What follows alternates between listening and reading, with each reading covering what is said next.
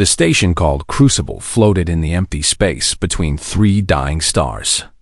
It was built in a place where no sane species would travel, which made it perfect for the beings who gathered there.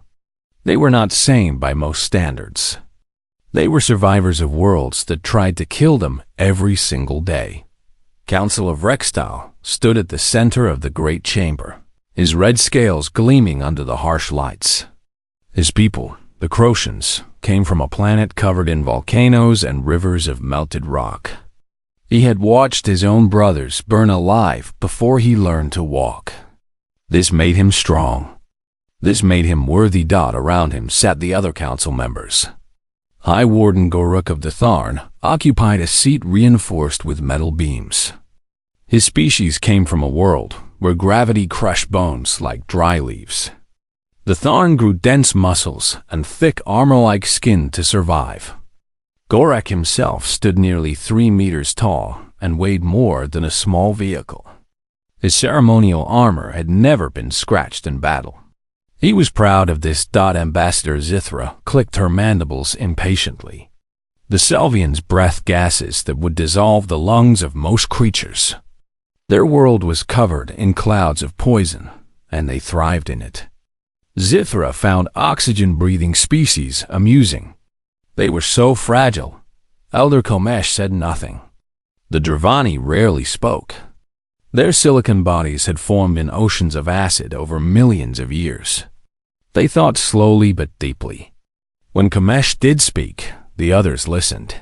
These 4 represented the Deathworld Council. For 50 cycles, they had not gathered. There had been no need. Their territories were secure. Their enemies feared them. But now something had changed. Rextal raised one clawed hand for silence. The chamber grew quiet. "We face a new problem," he said. "The soft-worlders are expanding. Their alliance grows bolder. They push into territories we have claimed." Goruk slammed his fist against his armored chest. The sound echoed like thunder. "Let them come. We will crush them as we have crushed all who challenged us." "It is not so simple," Zithra clicked. "They have numbers. Many numbers. And they avoid direct conflict. They use politics and trade. Weapons we are not skilled with." Tomesh hummed, a low vibration that everyone felt in their bones. "The soft ones learn. They adapt. We must adapt as well." The council continued their discussion. They argued about borders and threats and responses. None of them noticed the small alert that appeared on the station's communication system. A ship was approaching. It was Zithra who finally saw the notification. Her compound eyes caught the blinking light, and she made a sound of confusion. "A vessel approaches," she announced. "It broadcasts identification codes I do not recognize." Rextal checked the data himself. His eyes narrowed. "Human? The ship is human." Goruk laughed. It was not a kind sound. Humans? Those pink soft creatures? What business do they have here? "None," Rextal replied. "Earth is not a death world. They have no right to approach the Crucible." The Deathworld Council had strict rules about membership. Only species from the most dangerous planets could join. These worlds were classified by a complex system that measured temperature extremes, predator density, natural disasters, toxic environments, and dozens of other deadly factors. Earth had been evaluated decades ago. It scored low, too low. The humans were considered fragile. Their bodies broke easily. They lived short lives. They needed specific temperatures and clean air and safe water. They were prey animals, not predators. Should we destroy them? Goruk asked hopefully. He had not killed anything in several days, and he was growing restless. "Wait," Komesh said slowly. "Let us see what they want. It may be entertaining." The council agreed to let the human ship dock. They expected 1 or 2 representatives, probably diplomats with soft voices and softer bodies. They expected to laugh and send them away. The ship that docked was not impressive. It was small and simple, designed for efficiency rather than intimidation. The council watched on screens as three figures emerged. Commander Jake Collins walked in front. He was average height for a human, with short brown hair and calm gray eyes. He wore a simple uniform without decoration. His face showed no fear. Behind him walked Lieutenant Amy Torres. She was shorter than Collins, with dark hair pulled back tight and muscles visible even through her uniform. Her eyes moved constantly, watching everything, missing nothing. Dr. Ben Hopper came last. He was older than the others, with gray at his temples and lines around his eyes that came from smiling. He carried a small device and studied the station's walls as they walked. Three humans, unarmored, walking into a room full of the deadliest creatures in the galaxy. Rextel could not decide if they were brave or stupid. The great doors of the council chamber opened. The three humans walked in without hesitation. Their footsteps echoed in the sudden silence. Collins stopped in the center of the room, exactly where Rextel had stood earlier. He looked at each council member in turn. He did not bow. He did not show submission. He simply waited. "You are not welcome here," Rextel finally said. "Earth is not a death world. You have no standing in this council." Collins nodded as if he expected this response. "That is why we have come. To request that Earth be recognized as a death world. To request membership in this council." Gloric's laughter boomed through the chamber. It shook the walls. "You? Your species? You are soft and weak. You break in light gravity. You die from small wounds. You cannot survive our weakest worlds." Torres said nothing. Her eyes found Gorik and stayed there. She studied his armor, his posture, the way he moved. She filed away every detail. "We are aware of your opinions," Collins replied calmly. "We are here to change them." Zithra made a clicking noise that might have been amusement. "This should be interesting. Tell us, human, what makes your little world worthy of our attention?" Collins looked at Harper, who stepped forward with his device. "With your permission," Harper said, "I would like to show you what Earth really is." The council exchanged glances. Rextel waved one claw in permission. The presentation would be amusing, at least. None of them knew that everything was about to change. The second trial chamber was built with reinforced walls and a floor made of solid metal. Torres stepped inside, and the door closed with a heavy sound. She took a deep breath and waited. The gravity increased slowly at first. She felt herself growing heavier. Her shoulders dropped. Her knees bent slightly. This was like wearing a heavy backpack. Then it grew stronger. At 2 times normal gravity, standing became work. Her heart had to pump harder to push blood up to her brain. Her spine compressed. Each breath required effort. At 3 times normal gravity, Torres dropped to her knees. The weight was crushing. Her bones groaned under the pressure. Her muscles burned as they fought to keep her body from collapsing completely. Guruk watched from the observation room. His species was born in gravity like this. They grew strong because weakness meant death. He expected the human to be flattened against the floor within seconds. Torres was on her knees, but she was not flat. Her arms shook as she pressed her palms against the floor. Slowly, painfully, she pushed herself up to a crawling position. One hand forward, one knee forward. She crawled across the chamber floor. It was the hardest thing she had ever done. Every centimeter was a battle. Every movement was agony, but she kept moving. The Thawne in the observation room went silent. They had seen many species attempt this trial. All of them had been pressed to the floor within minutes. None of them had crawled. Torres reached the center of the room and stopped. She gathered her strength. She planted her hands firmly on the floor. She pushed with her arms. She pushed with her legs. She screamed with the effort.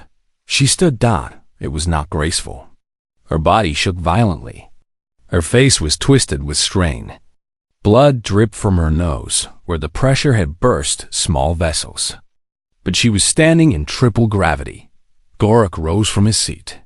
He pressed his hands against the observation window and stared at the human female with something he had not felt in years.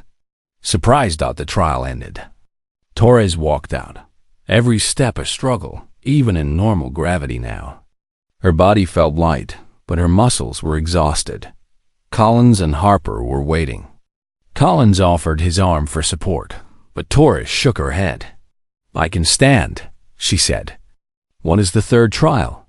Zithra approached them. Her insectoid face was impossible to read, but her voice held a new tone. Respect? Curiosity? It was hard to tell. "The third trial is my people's gift," Zithra said. "You will breathe what we breathe. The atmosphere of Selvia. Toxic to all oxygen breathers." Torres nodded and walked toward the next chamber. The room was sealed tightly. Torres entered through an airlock that hissed as it closed. Then the air began to change. The oxygen was slowly replaced with Selvian atmosphere. The gases burned her throat. Her eyes watered. Her body screamed for clean air. Torres held her breath. Humans were not designed to hold their breath for long. Most could manage a minute or two. But Torres had trained. Free divers from her world could hold their breath for over 10 minutes. She had practiced for years. She stood perfectly still, conserving oxygen. Her heart rate slowed. Her mind became calm and focused. The toxic gases swirled around her, but she did not breathe them. 3 minutes passed. Then 4. At 4 minutes and 30 seconds, Torres finally took a breath. The poison hit her lungs, and she coughed violently. She dropped to her knees, gasping, but she had proven her point. The Selvians watched in amazement. Their own species could not hold breath at all. Their bodies processed gases constantly. A creature that could simply stop breathing seemed almost magical to them. The fourth trial was the Dravani environment.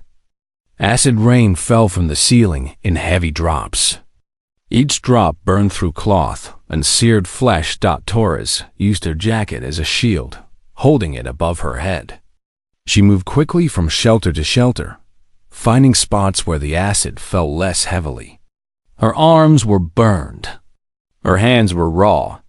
But she kept moving, kept thinking, kept surviving. This was what humans did. They did not have armor like the Thorn. They did not have resistance to poison like the Selvians. They did not have scales like the Crotians or silicon skin like the Dravani. They had brains that solved problems. They had bodies that adapted. They had spirits that refused to break. Komesh watched this trial with great interest. The Dravani elder had lived for centuries. He had seen many species come and go. He had never seen anything quite like this human. When the acid rain stopped, Torres emerged with burns covering her arms and patches of her uniform eaten away. She was shaking from pain and exhaustion. But she was alive. "One trial remains," Vrextel announced. His voice had changed. The mockery was gone. The trial of the mind. Torres was led to a small chamber.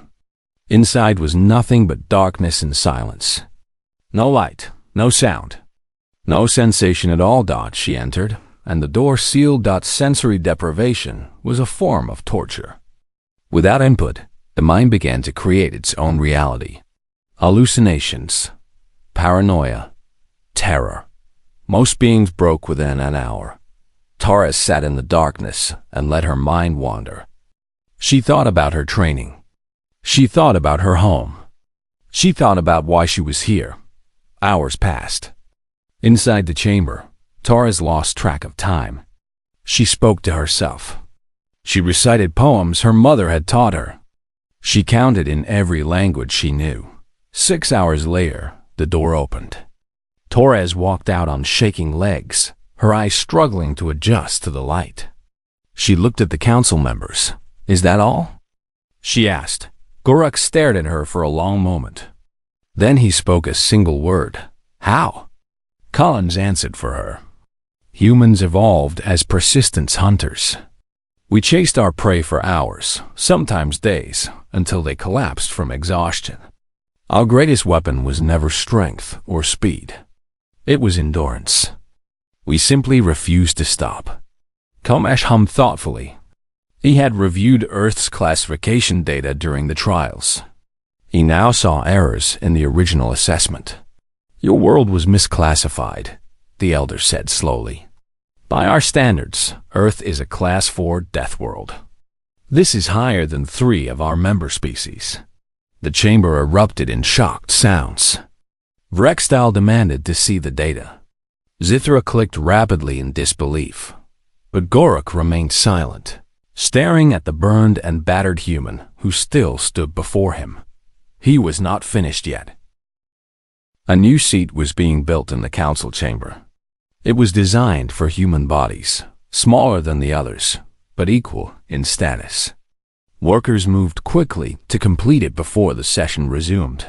Taurus lay in the medical bay, her wounds being treated by machines that hummed and glowed with technology far beyond Earth's current level.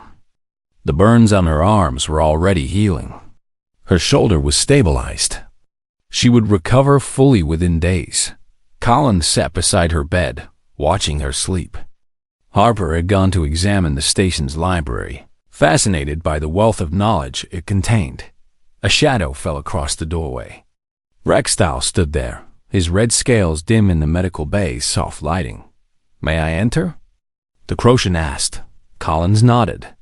Rextal walked in and stood at the foot of Taurus' bed. I owe you an apology, Rextal said. I dismissed your species without understanding. This was wrong of me. Thank you, Collins replied. But we did not come here for apologies. We came because we need allies. Rexdale's eyes narrowed. You knew. Before you arrived, you knew something was wrong. Collins smiled slightly. Our intelligence networks are better than you might expect. We knew the Deathworld Council was gathering for the first time in 50 cycles. That meant something significant was happening. We took a chance. The Crocian counselor nodded slowly. Then I will tell you what is happening. You have earned that much. He explained the threat. Beyond the borders of known space, something was moving. A force that consumed worlds. Not conquered them. Consumed them. Every living thing, every resource, every trace of civilization. Gone. 2 Deathworld colonies had already fallen. The council had gathered to discuss defense, but their numbers were too small. The Soft Worlder Alliance had the ships and soldiers, but they lacked the strength to face this enemy directly. We were considering desperate measures, Rextal admitted. Abandoning outer territories. Consolidating our forces. Preparing for a war we might not win. Collins listened carefully. When Rextal finished, he asked a simple question. What do you know about these attackers? Very little. They do not communicate. They do not negotiate. They simply arrive and consume. Then we need to learn more. Collins stood. Humanity has faced extinction before. Ice ages, plagues, wars that nearly destroyed us. We survived because we adapted. We learned. We found ways to overcome. Rextal looked at him with something close to hope. You believe this enemy can be defeated? I believe any enemy can be defeated if you understand them well enough. That is what humans do. We study. We plan. We find weaknesses. And then we strike. The door opened again. Gorak entered, followed by Zithra and Komesh. The entire council was now gathered in the medical bay. We heard you speaking, Gorak said. You offer more than membership. You offer alliance. Collins nodded. Earth's resources. Earth's military. Earth's scientists. All of it, committed to the defense of the Council territories. Komesh hummed thoughtfully. Why? You have only just joined us.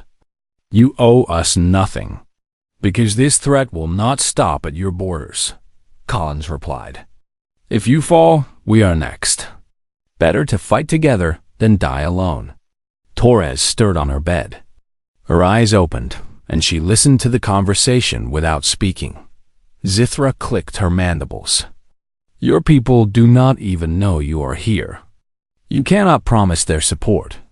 Collins reached into his uniform and pulled out a small communication device. He pressed a button. A holographic display appeared above it, showing a star map of the region. "I contacted Earth before the trials began," he said. "I explained our situation and our goals. I asked for support." He pressed another button. The map zoomed out, revealing the space around the Crucible station. 12 human ships emerged from faster-than-light travel. They were not the largest vessels, and they were not the most heavily armed. But they had arrived before being asked. Gorik stared at the display. "You summoned a fleet before you knew if you would be accepted." "We knew we would need to prove ourselves," Collins explained. "And we knew that when we did, you would need help. So we prepared." The council members exchanged looks. This level of planning, this willingness to commit resources before any guarantee of success, was unusual among species they had encountered. Torres pushed herself up from the bed. Her body protested, but she ignored it. "This is who we are," she said. "We do not wait for certainty. We act, we risk, we fight, even when the odds are against us." Kalmesh rose from his seat. The ancient Dravani moved slowly, but with purpose. He approached Collins and extended one silicon hand. "The Dravani welcome humanity to the council," Kalmesh said. "And the Dravani stand with humanity against what comes." Gorik stepped forward next. He clasped Collins' shoulder with the same careful gentleness he had shown Torres. "The Tharn are warriors. We have searched for worthy battle brothers for centuries. Perhaps we have finally found them." Zithra and Rextal added their own pledges. The alliance was forming, not through treaties or negotiations, but through shared purpose and proven worth. Collins looked at his team. Harper had returned from the library, carrying data pads full of information. Torres stood beside him, wounded but unbroken. They had come as outsiders. They were leaving as members of something larger. The council chamber doors opened to reveal the viewport. Through it, they could see the human fleet taking position around the station. More ships were arriving every hour. Earth had sent its answer. Gorik stood beside Collins, both of them watching the ships arrive. "The galaxy dismissed your species as soft," Gorik said. "They believed you were prey, not predators." Collins watched the heavy cruiser glide past the viewport. "We have been underestimated before. It usually works out in our favor." Gorik laughed his deep, rumbling laugh. "I believe it will this time as well." Torres joined them at the viewport. She was standing on her own now, refusing any more rest. Her eyes reflected the lights of the human fleet. "What happens now?" she asked. Collins looked at the stars beyond the ships. Somewhere out there, an enemy was coming. An enemy that had destroyed worlds and consumed everything in its path. He smiled. "Now," he said, "we show the galaxy what the soft ones can do when pushed." The Deathworld Council had assembled expecting to face their greatest threat alone. Instead, they found something better. They found humanity. And humanity was just getting started. Dr. Harper activated his device, and holographic images filled the council chamber. The aliens watched with mild interest as pictures of Earth appeared before them. "This is our homeworld," Harper began. "From space, it looks peaceful. Blue oceans, green land, white clouds. Many species have looked at Earth and seen a paradise." Gorik snorted. "As I said, a soft world for soft creatures." Harper smiled, but there was something hard behind that smile. Let me show you what lives in that paradise. The images changed. A massive shark appeared, rows of teeth gleaming. This is a great white shark. It has been hunting in our oceans for millions of years. It can smell blood from kilometers away. More images followed. Lions tearing into prey. Crocodiles lurking beneath still water. Snakes with venom that could kill in minutes. Spiders that ate their own mates. Parasites that burrowed into living flesh and took control of their hosts. These are our predators, Harper continued. We share our world with millions of species that want to eat us. We have no natural armor. No claws, no venom. Yet we are still here, and many of them are not. Zithra leaned forward slightly. This was more interesting than she expected. Harper changed the images again. Volcanoes erupting. Earthquakes splitting the ground. Massive waves destroying coastlines. Tornadoes ripping through settlements. Lightning setting fires that burned for weeks. Our planet tries to kill us regularly, Harper said. We have temperature ranges from -80 degrees to +50 degrees. We have places where the air itself becomes poison. We have diseases that have killed millions of us throughout our history. He showed images of plagues and famines, wars and disasters, the rise and fall of civilizations. We have survived all of this, Harper finished. And we are still standing. The council chamber was quiet. Rextal studied the data more carefully now. Some of these numbers were impressive. Not impressive enough to match true Deathworlds, but more than he had expected. Interesting, Komesh rumbled. But survival is not enough. Many soft species survive. What makes humans different? Collins stepped forward. We do not just survive.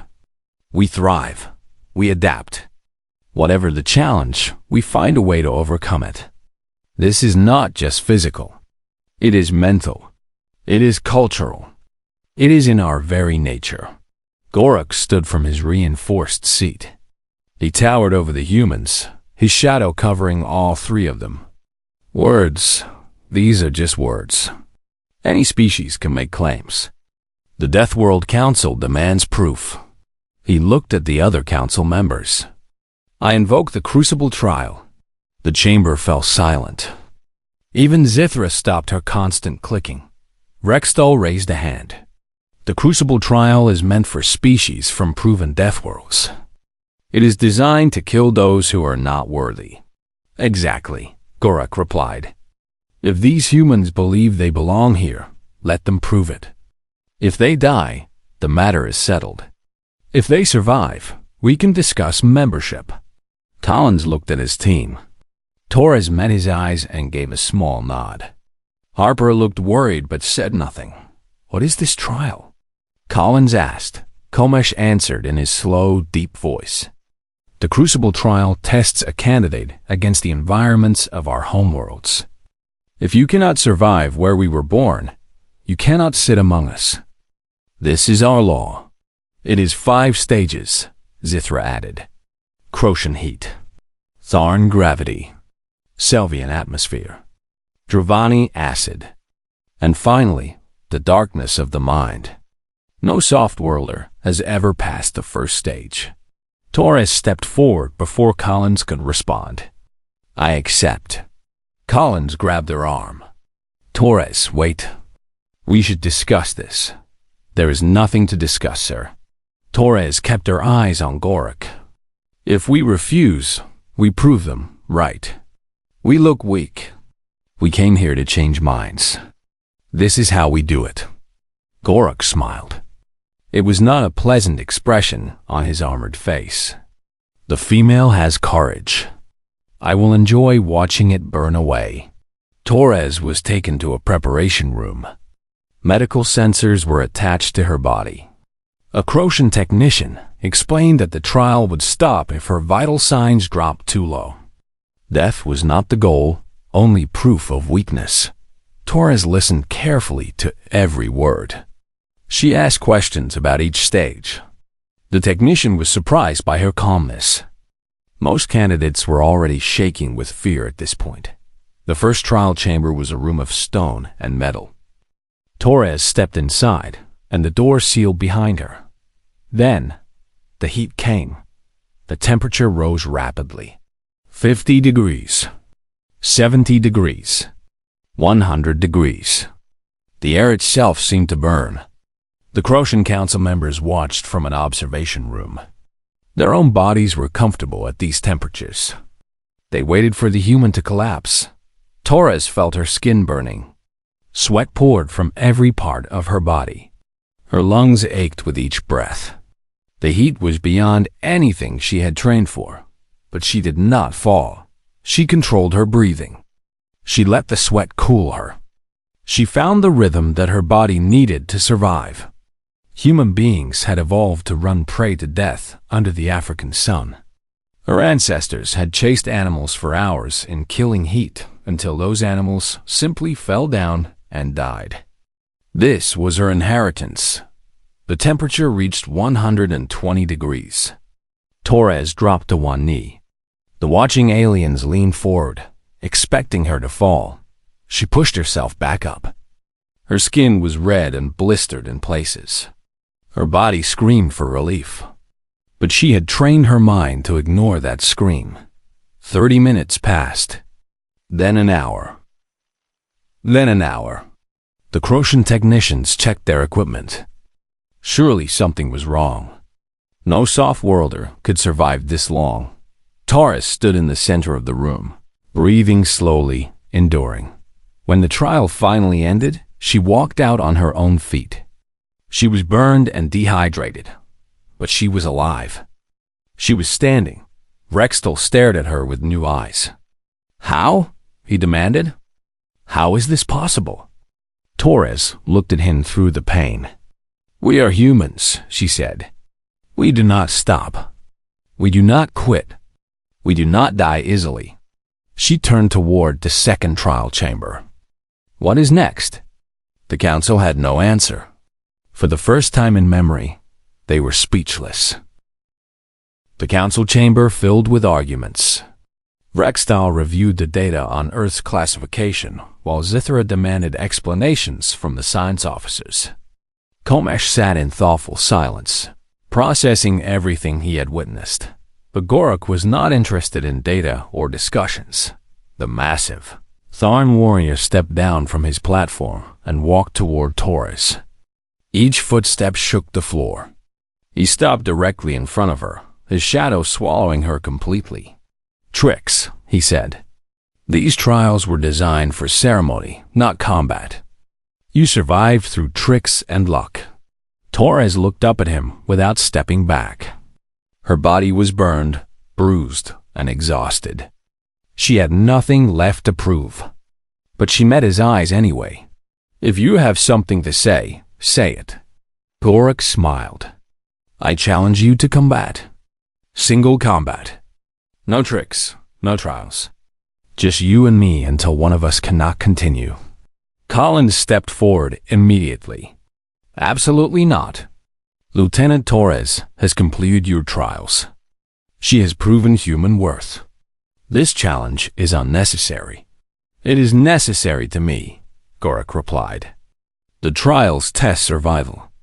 They do not test strength.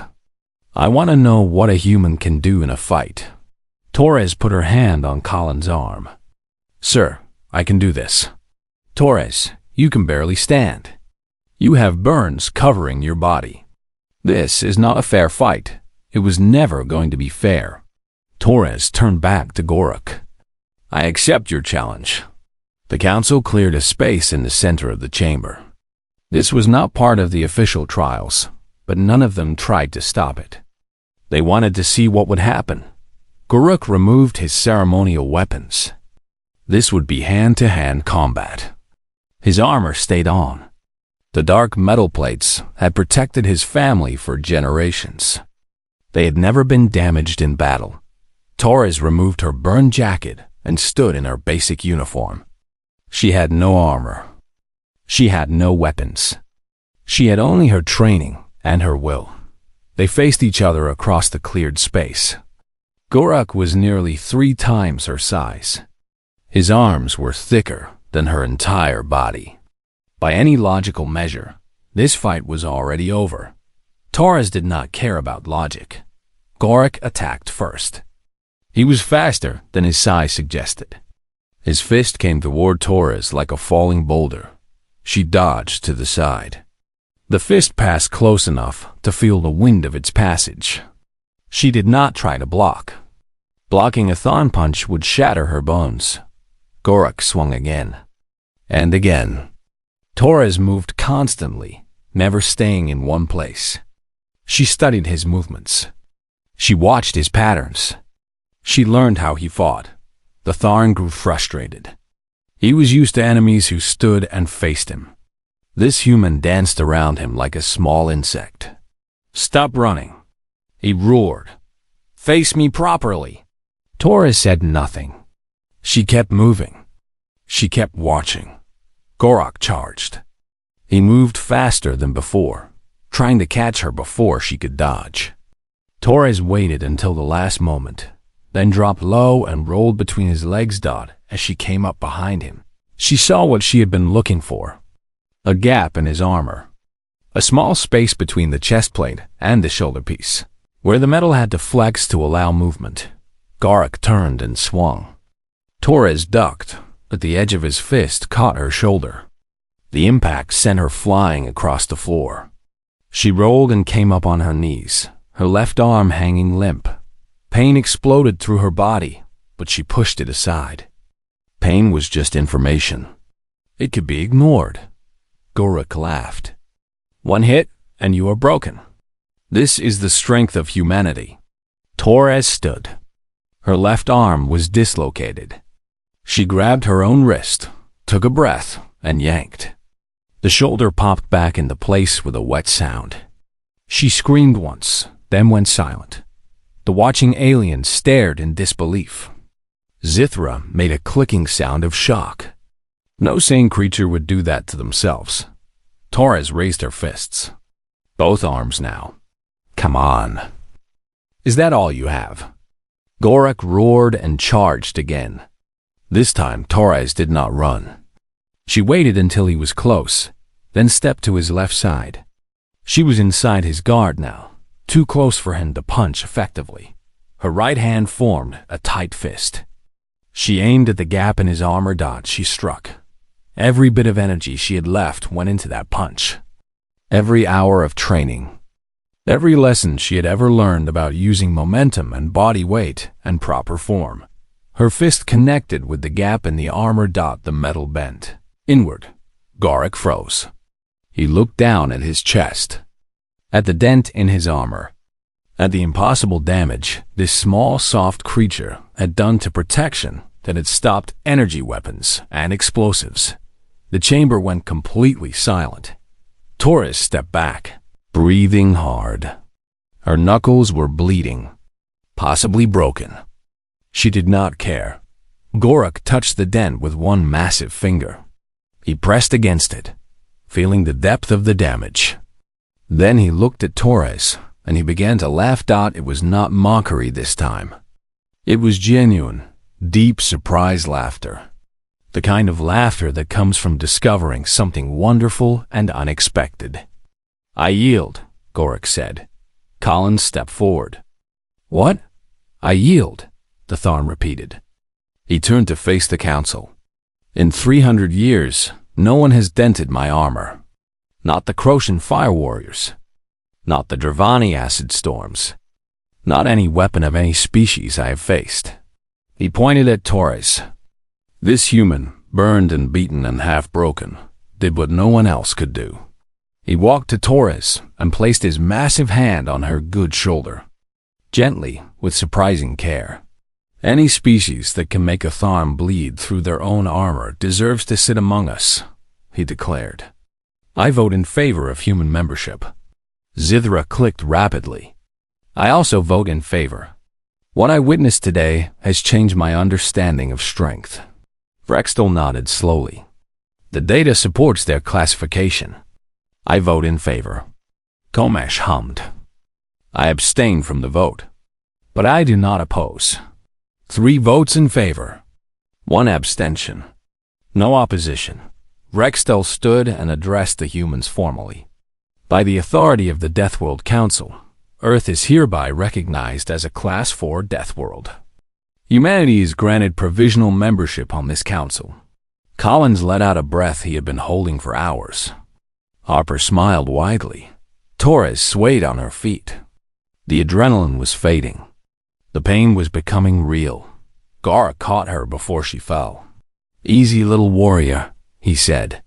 "You have earned your rest." Torres looked up at his armored face. "I dented your armor."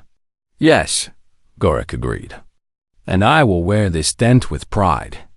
It will remind me never to underestimate what I do not understand." He carried her to the medical bay himself. The council watched them go, still processing everything they had witnessed. A new chapter was beginning. None of them knew yet how important this day would become.